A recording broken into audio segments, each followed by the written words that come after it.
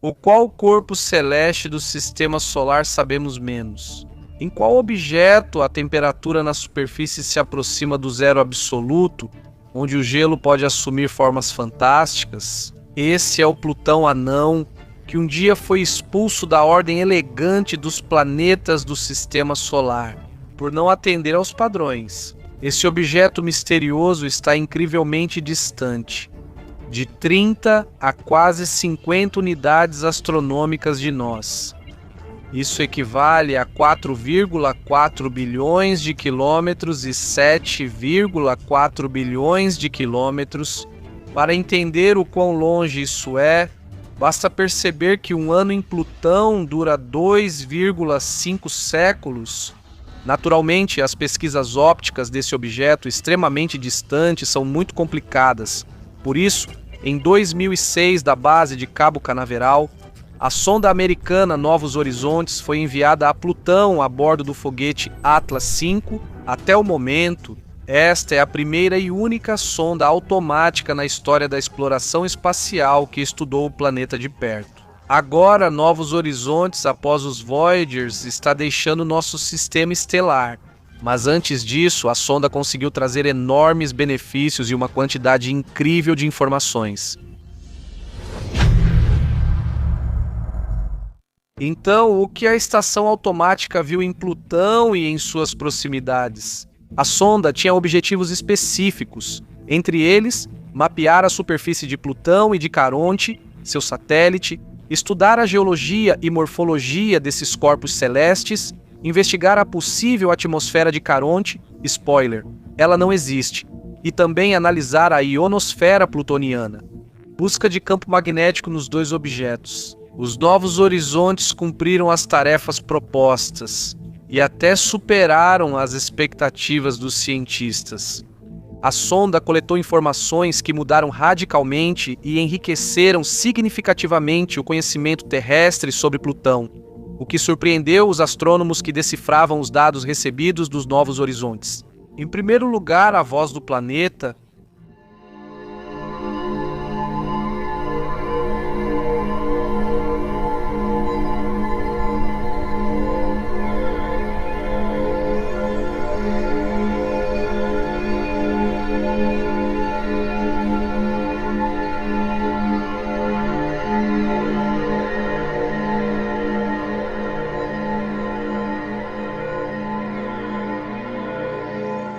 Em segundo lugar, Plutão aparentemente tem atmosfera. Sim, ela é rarefeita e consiste principalmente de nitrogênio, metano e carbono, porém é o único objeto transneptuniano que pode se orgulhar de uma tênue camada gasosa. Essa atmosfera foi fotografada pela sonda Novos Horizontes pela primeira vez durante o voo. Pesquisas indicam que a atmosfera de Plutão tem cerca de 300 quilômetros de espessura, composta por uma camada de 20 centímetros com pressão quase imperceptível e muito baixa. Não é possível controlar a sonda manualmente por causa do grande atraso no sinal. Por isso, tudo o que Novos Horizontes estudou e fotografou foi programado com antecedência. Mas ainda assim, isso é um avanço, porque nenhuma outra nave passou tão perto desse corpo celeste a quase 12.500 quilômetros da superfície. Esse período da missão foi muito produtivo, coletaram muitos dados científicos. E isso com uma velocidade de até 4 kilobits por segundo, foram necessários cerca de 15 meses para enviar todas as informações à Terra. Quais aspectos do relevo de Plutão mais chamaram a atenção dos cientistas? Em primeiro lugar, é a planície Sputnik, localizada na região Tomball, de acordo com os dados do Novos Horizontes. Seu diâmetro é de quase 1.500 quilômetros e sua superfície lisa é relativamente jovem. Não existe cratera, mas alguns astrônomos acham que a planície pode ser uma antiga cratera gigante preenchida por gases congelados ao longo do tempo. Uma hipótese sobre a origem da planície Sputnik sugere que, após a colisão de um grande corpo celeste com Plutão, a crosta de gelo foi perfurada e o oceano subterrâneo atingido. Depois a substância foi expelida. É claro que a cerca de 223,6, tudo virou uma superfície congelada mais dura que diamante.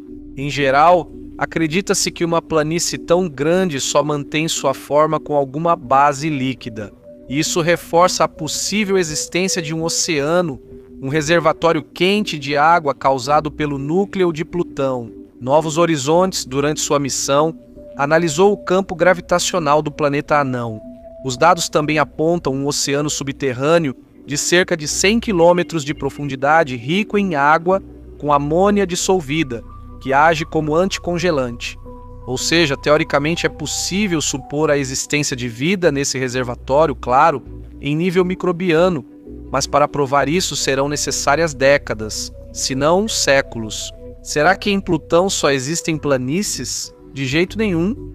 Novos Horizontes mostrou imagens dos picos mais altos, cordilheiras e até sistemas inteiros de montanhas na superfície do objeto. Por exemplo, as montanhas Tenzinga, que delimitam a planície Sputnik pelo sudoeste. Elas foram descobertas pela primeira vez pela sonda mencionada, que depois enviou as informações para a Terra. Os parâmetros da formação geológica sobem a partir da base da montanha, até 3 km de altura. Comparando com o Everest, ele se eleva quase 9 km acima do mar, mas só 4,5 km acima da superfície. As montanhas Tenzinga podem objetivamente ser muito mais altas, e Novos Horizontes revelaram as montanhas Hillary, que se erguem a pouco mais de 1,5 km. Elas estão ao sul da planície Sputnik, portanto os rumores sobre a superfície plana de Plutão são exagerados. Além disso, a sonda fotografou vários sulcos diferentes, que também indicam a possível existência de um reservatório subterrâneo, algumas planícies, 6 sistemas montanhosos e uma pequena quantidade de crateras. A lista será atualizada com o tempo. No início, mencionamos as formas fantásticas e o estado do gelo em Plutão. O que isso significa neste planeta?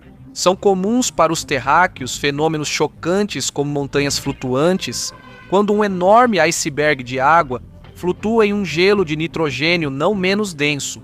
Ninguém se surpreende com os montes de neve feitos de gelo, de monóxido de carbono e metano, que se acumulam como toucas nos picos das montanhas locais. O gelo em Plutão é tema de vídeo à parte, pois essas estruturas cristalinas exóticas são impossíveis na Terra e têm propriedades difíceis de entender. Além disso, a sonda interplanetária automática também dedicou atenção ao maior satélite de Plutão. Existem outros, muito menores.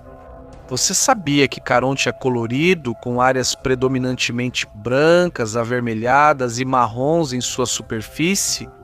De onde veio a cor vermelha nesse mundo congelado? Dados da sonda Novos Horizontes apontam que moléculas de talinas, formadas quando o metano reage à luz ultravioleta, são as responsáveis. A mancha de Mordor parece especialmente sangrenta, até o nome arrepia. Essa estrutura foi fotografada pela sonda em 14 de julho de 2015. De fato, a cor do Vale de Mordor é muito diferente do restante da superfície de Caronte. Aliás, esse satélite é muito mais escuro que Plutão, o que pode indicar uma diferença marcante na composição. O diâmetro da mancha de Mordor é de 473 quilômetros. Ela fica no polo norte do satélite e pode ser uma cratera de impacto. Como desvendar o segredo de Mordor em Caronte? Se a cor vermelha vem das talinas, copolímeros orgânicos, então região similar deve existir no polo sul do satélite. Se não houver, esse mistério ainda não foi revelado. Qual é a principal questão que atormenta os astrônomos ao estudar qualquer corpo celeste? Existe agora ou pode se desenvolver vida nele no futuro? Em 2011, dados do Hubble detectaram hidrocarbonetos complexos nas linhas espectrais ao redor de Plutão. Assim, cientistas concluíram que pode haver vida simples no planeta, mas esse microelemento também pode se formar sem organismos vivos. As condições climáticas complexas em Plutão dificilmente permitiriam o surgimento de qualquer forma de vida em sua superfície. Apesar de o planeta não ser caracterizado por um clima extremo, Plutão até mesmo possui trópicos. Imediatamente vem à mente aquele antigo meme sobre um verão ruim assim. Dá até medo imaginar como seria então a Ártica plutoniana. Falando sério, esses são apenas nomes que têm pouca relação com a variação de temperatura e estão mais ligados ao cálculo da posição do Sol no céu do planeta. Por exemplo, no Círculo Ártico, que cobre cerca de 40% de Plutão. No verão, o Sol não se põe, e no inverno, ele não se levanta acima da linha do horizonte, de forma semelhante ao nosso círculo polar, dia e noite. A diferença é que, neste planeta, o inverno dura cerca de 60 anos. Aliás, em Plutão existe uma zona climática absolutamente inimaginável para os terráqueos chamada de Ártico Tropical, na qual as características de ambas as faixas se misturam. Nas realidades plutonianas, isso não quer dizer que cocos congelados cresçam em palmeiras ou que haja neve nas praias. Será que Plutão vai continuar para sempre gelado e sem vida? Provavelmente não, pois as características do sistema solar estão mudando, mesmo que lentamente. Presume-se que, em cerca de 7,5 bilhões de anos, o Sol começará a se expandir, e então, em um planeta antes morto, podem surgir condições aceitáveis para o desenvolvimento de matéria orgânica. Além disso, Plutão pode receber da nossa estrela-mãe dezenas de milhões de anos de existência razoável, até que o Sol se transforme em uma anã branca e praticamente se apague. Durante esse tempo, talvez a vida em Plutão evolua para algo inteligente. O século 21º é uma época incrível, cheia de mistérios e enigmas, fazendo com que a humanidade comece a enxergar as coisas familiares de uma maneira diferente. Por exemplo, nossa galáxia, a Via Láctea. Será que sabemos tudo sobre ela? O telescópio Gaia mostrou que ainda há muito a descobrir. O telescópio orbital não só cumpriu sua tarefa principal, criou o mapa tridimensional mais preciso da distribuição de estrelas da nossa galáxia já feito pela humanidade, como também revelou um segredo nada agradável sobre a Via Láctea. Como surgiu a nossa galáxia? Como ela se desenvolveu? Será que existem exoplanetas nela? Essas perguntas foram respondidas com sucesso variável pelo telescópio Gaia antes de ser aposentado. Os dados transmitidos pelo observatório e sua interpretação vão além do escopo deste vídeo. As informações completas ainda não foram totalmente decifradas pelos cientistas. O principal é entender que a Via Láctea já engoliu outras galáxias várias vezes durante sua existência. Ou seja, nosso aglomerado estelar é um verdadeiro valentão cósmico? Muito provavelmente sim. Que evidências o telescópio Gaia encontrou para isso? Em setembro de 2018, ele detectou subestruturas causadas por uma perturbação gravitacional resultante da colisão com outro objeto relativamente grande. Provavelmente era uma galáxia elíptica anã em Sagitário. Esse objeto é chamado de galáxia satélite da Via Láctea, porque a orbita assim como orbitamos o Sol. Quais os resultados dessa colisão? Os cientistas acreditam que os braços da Via Láctea surgiram justamente devido a esse evento, ocorrido há cerca de 900 milhões de anos. Só imagine a escala disso, digamos ainda maior. Esse não foi o único choque dessa galáxia mencionada com a Via Láctea. O evento aconteceu pelo menos 3 vezes nos últimos 5 bilhões de anos. E isso não é tudo. Em breve, espera-se uma nova colisão. Aliás, é bem possível que uma dessas catástrofes tenha dado origem ao nosso sistema solar e acendido sua estrela principal. Essas pesquisas foram fáceis para a estação orbital, muito difíceis. Embora a atmosfera terrestre não impeça o telescópio de observar o espaço, as nebulosas e o gás estelar dificultavam bastante. Se até a nossa própria galáxia é tão difícil de estudar, o que dizer sobre locais ainda mais distantes do universo? É especialmente difícil ver algo mais perto do centro da Via Láctea, pois é justamente lá que se acumula a maior quantidade de matéria. Nossa galáxia, na verdade, dificulta o estudo de outros objetos do macrocosmo. Os cientistas criaram um termo para isso: zona de evasão. Esse setor representa o plano galáctico da Via Láctea, o local onde os objetos são catalogados de forma menos completa. Astrofísicos buscam diferentes formas de superar esse obstáculo e preencher lacunas. É como estarem incômodos sem conhecer a planta do prédio, pois as paredes dificultam. Para eliminar lacunas nas observações, utilizam-se métodos de estudo por raios-x da área fechada e medições por paralaxe. O método não funciona com a precisão desejada para as estrelas. Apesar das dificuldades, o Observatório Gaia calculou com altíssima precisão a localização de cerca de 2 milhões de estrelas da nossa galáxia. Isso só foi possível pela construção do telescópio com instrumentos inovadores.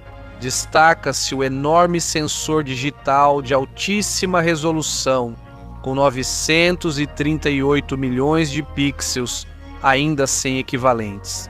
Para transmitir dados à Terra, foram instaladas grades de antenas no aparelho. Antenas comuns não foram usadas por causa da rotação do telescópio. Um acionamento mecânico complicaria o monitoramento. Você discorda? Gaia analisou só 2 milhões de estrelas. Mas por que elogiá-la se a Via Láctea tem cerca de 400 bilhões? Não julguemos tão severamente, é só o começo. Os dados seguem sendo decifrados e o mapa da galáxia será aprimorado. O mais importante é que as informações, mesmo acumuladas lentamente, sejam precisas. Finalmente, chegamos ao motivo pelo qual, no início do vídeo, falamos de forma desrespeitosa sobre a Via Láctea, chamando-a de valentona do espaço. Infelizmente, isso é verdade. Nossa galáxia colidiu periodicamente com galáxias satélites e engoliu grandes objetos.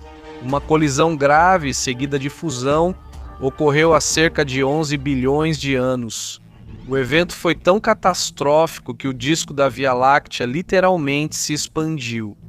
A galáxia chamada Gaia Encélado, segundo pesquisas, tem suas estrelas formando principalmente o halo da Via Láctea. A fusão também formou a barra central no núcleo da nossa galáxia. O Observatório Orbital identificou que pelo menos 3 outros aglomerados estelares, como Cetus, LMS-1 Ucum e Arjuna Sequoia, foram absorvidos pela Via Láctea em diferentes períodos. Mas um evento se destaca significativamente da sequência ordenada de fusões. Quando ele aconteceu e o que foi exatamente? Cerca de 8 bilhões de anos atrás, uma galáxia chamada Pontes teve a imprudência de se aproximar da Via Láctea. Você acha que houve uma absorção? Não, foi ainda pior. A Via Láctea simplesmente despedaçou Ponte em milhões de constelações. Qual outro benefício o Observatório Gaia trouxe para a ciência? Além disso, o telescópio orbital descobriu várias novas galáxias satélites, uma das quais é a Nasus 2. Ela fica a cerca de 450 mil anos-luz do Sol. Tem tamanho similar à Grande Nuvem de Magalhães e é habitada por estrelas muito antigas. Ainda não se sabe por quanto tempo ela será satélite da Via Láctea, pois está se afastando. Você já viu a ponte estelar? A estação orbital Videla, com um telescópio, registrou a migração de estrelas da pequena para a Grande Nuvem de Magalhães. Isso realmente parece uma ponte gigante lançada de uma galáxia para outra. Por que lembramos da missão do telescópio Gaia justamente agora? A questão é que, em 27 de março de 2025, o Observatório Orbital foi desligado. O animador é que o telescópio deixou cerca de 500 terabytes de dados em um pacote, que ainda vão demorar para ser decifrados. Entre essas informações, podem existir dados valiosos para a ciência ou até mesmo revolucionários. No geral, os dados do telescópio vão ajudar a prever como a Via Láctea vai se comportar no futuro. As informações obtidas abrem espaço para várias simulações em computador. Gaia ampliou nosso conhecimento sobre as trajetórias dos asteroides e isso afeta diretamente a segurança dos terráqueos, já que uma dessas pedras voadoras pode um dia visitar o nosso planeta. Nesse caso, a humanidade teria o mesmo triste destino dos dinossauros. É melhor saber disso antes. O observatório analisou cerca de 150 mil asteroides e identificou satélites próximos a eles. Isso ampliou muito nossa compreensão sobre esses objetos e ao menos dobrou sua quantidade. Gaia também encontrou um novo buraco negro desconhecido entre os braços espirais da Via Láctea, além do Sagitário, e o com estrela, no centro da nossa galáxia. O objeto é 33 vezes mais massivo que o Sol e está muito mais próximo da Terra, a apenas 2.000 anos-luz de nós, o que é um pouco preocupante. Todos sabem quais consequências trouxe a proximidade com esse redemoinho mortal. O que tornou a missão do telescópio tão especial, um dos eventos mais marcantes, foi a descoberta da onda Redcliffe. Essa é uma estrutura enorme que se estende por 9.000 anos-luz, está dentro dos limites da Via Láctea e parece uma onda suave. Pode ser uma região de formação estelar ou uma cicatriz de colisão com uma grande galáxia. Também se supõe que a estrutura pode estar relacionada à influência exercida pela matéria escura no espaço. No momento, os cientistas não sabem ao certo como surgiu a onda de Redcliffe. Existe uma hipótese de que o Sol também tenha se formado em uma dessas estruturas. O telescópio Gaia descobriu o objeto, pois a modelagem bidimensional não permitia detectá-lo. Nessa região concentram-se as principais estruturas do cinturão de Gould, com estrelas massivas, brilhantes e majoritariamente jovens. Para os cientistas, a descoberta da onda Redcliffe tão próxima da Terra foi uma verdadeira surpresa e um motivo para pesquisas científicas mais aprofundadas.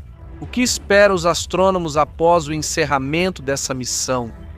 Um novo telescópio substituirá o que se aposentou? Sim, um projeto assim está sendo planejado e se chamará Gaia-NIR, mas ele só será lançado daqui a pelo menos 20 anos. O evento está previsto para o ano de 2045, mas, considerando os dados brutos acumulados em 10,5 anos de operação da primeira estação orbital Gaia, os cientistas não têm tempo para descansar, pois ainda terão muito trabalho para decifrá-los, e a humanidade pode esperar um fluxo de notícias sobre a Via Láctea. Você não percebe que a realidade familiar está se despedaçando agora? Me pergunto se esses fragmentos não ferirão a humanidade.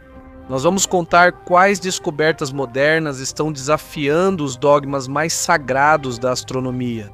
Mas será que você quer mesmo ouvir isso?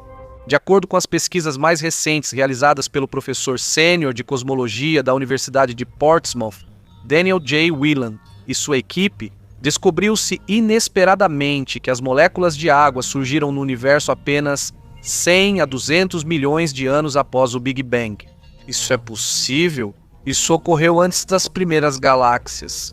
Como o astrofísico chegou a essas conclusões e por que ainda consideramos que a vida na Terra é única? Daniel Whelan e sua equipe fizeram várias simulações em computador, modelando explosões das primeiras supernovas.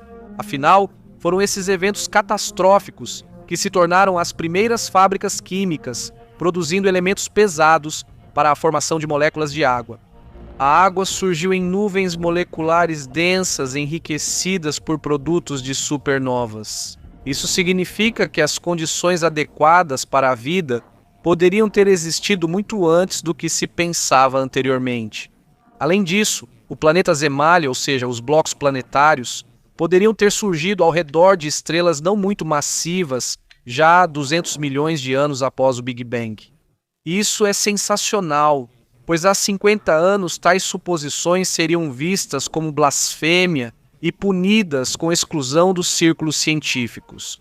O que a descoberta significa, na prática, é apenas que mundos habitáveis poderiam ter existido já no alvorecer do nascimento do universo. Mas isso ainda não é tudo. Em 2024 foi descoberta a galáxia Jades GS-Z14Z, e não por qualquer um, mas pelo telescópio James Webb. Quando descoberta, a galáxia era considerada a mais distante conhecida. Seu desvio para o vermelho, que indica a distância dos objetos, correspondia a cerca de 290 milhões de anos após o Big Bang. Naquela época, era só 2% da idade atual o que comprova isso.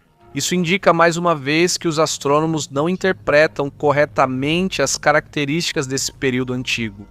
O que mais surpreendeu os cientistas ao decifrarem os dados de James Webb sobre essa galáxia?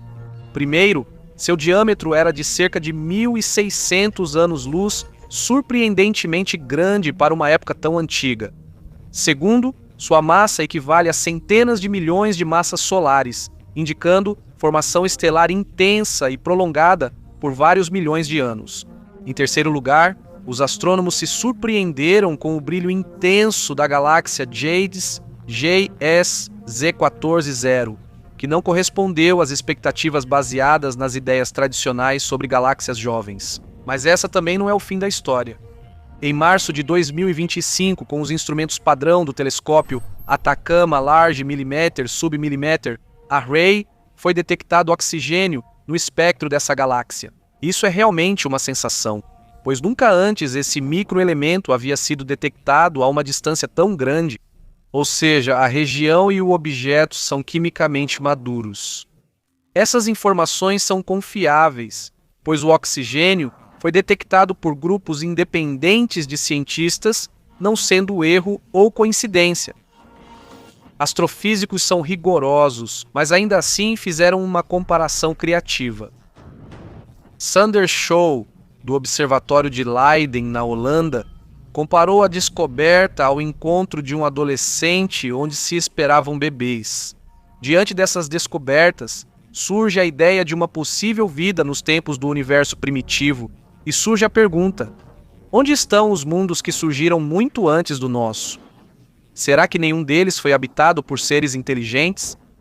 Qual seria a solução para o paradoxo de Fermi? Embora, se a vida realmente existisse nessas galáxias antigas, para nós provavelmente ela seria totalmente estranha e incompreensível. Mesmo com tanto tempo disponível, seria possível colonizar todo o universo várias vezes. O que impediu os antigos habitantes do macrocosmo de fazerem isso? Talvez algo os tenha destruído de repente. Nesse caso, teria que ser algum tipo de cataclismo global. James Webb tem uma resposta preliminar: buracos negros antigos. Então, durante mais um monitoramento do universo, o telescópio James Webb Space Telescope detectou algo estranho, e havia muito disso. O que exatamente James Webb viu? Ele identificou, no início do universo, pequenos pontos vermelhos de 100 a 500 anos-luz de diâmetro no macrocosmo. Apesar do tamanho modesto, a natureza monstruosa desses objetos permanece. Mais tarde, ao analisar os dados, viu-se que eram galáxias compactas de 600 milhões de anos após o Big Bang. Mas depois, a lista do que poderiam ser teve que ser ampliada. Sua alta densidade sugere que são quasares, núcleos galácticos com buracos negros supermassivos ativos. De onde vêm essas conclusões? O espectrógrafo infravermelho do James Webb detectou linhas de emissão largas, típicas de discos de acreção em buracos negros. É um funil criado pela matéria que a criatura insaciável absorve. Apenas um detalhe deixou os astrônomos intrigados: a ausência de emissão de raios-x, que normalmente está presente durante esse processo. No entanto, isso pode estar relacionado a uma nuvem de poeira superdensa que bloqueia a detecção dos raios-x. Outra surpresa para os especialistas foi a enorme quantidade desses pontos vermelhos em uma região pequena do universo. Os astrônomos acharam centenas. Em 2025, Daniel Weylen também participou do estudo desse fenômeno universal. A pesquisa foi publicada na revista Astronomy and Astrophysics. Simulações em supercomputador levaram astrônomos a concluir que a ciência encontrou uma nova classe de objetos, os quasares infantis. São núcleos galácticos com buracos negros jovens que absorvem material ativamente e provavelmente antecedem os núcleos galácticos supermassivos. Isso foi registrado pela primeira vez e é um grande campo de pesquisa. Resta uma única dúvida: será que foram esses buracos negros infantis que esterilizaram a vida no universo primitivo? Será que isso pode ser uma das soluções para o paradoxo de Fermi? De qualquer forma, está cada vez mais difícil fingir e manter as aparências diante dessa situação. O mundo científico está perplexo e isso é evidente. Há muito em jogo: décadas de pesquisas, séculos de conhecimento acumulado pilares de teorias fundamentais que estão ruindo. E assim que os cientistas começaram a se recuperar do choque, uma nova descoberta os aguardava no espectro da galáxia JADES JS Z13-1, uma daquelas antigas manchas vermelhas. Foi detectada radiação Lyman alfa, e isso era a última coisa que os astrônomos esperavam ver em um local tão distante. As ondas alfa do espectro mencionado geralmente são produzidas por estrelas jovens e quentes em galáxias com núcleos ativos. Mas o problema é outro. No universo primitivo, o espaço era tomado por uma névoa densa de hidrogênio que dispersava as ondas Lyman alfa. Então, por que conseguimos vê-las claramente? Porque esses pontos vermelho escarlate desafiam descaradamente nossas ideias sobre o universo primitivo e exibem um espectro que deveria ser absorvido. Na névoa densa, talvez a névoa de hidrogênio nunca tenha existido e seja só imaginação dos nossos cientistas. Um espectador pode questionar: um detalhe tão pequeno abala nossas teorias? E como? A questão é que a teoria fundamental sobre a origem e o desenvolvimento do universo é impossível sem a era da recombinação, que começou cerca de 380 mil anos após o Big Bang. O que acontecia nesse período difícil após a detonação do ponto de singularidade? O universo era um lugar incrivelmente quente, cheio de plasma superdenso, que gradualmente se expandia e esfriava, enquanto prótons, fótons e elétrons se uniam para formar átomos de hidrogênio.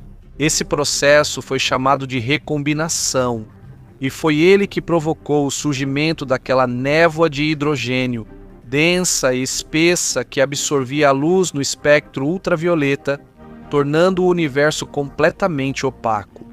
Aliás, foi nesse período que surgiu o fundo cósmico de micro-ondas e se formou a radiação de fundo registrada até hoje.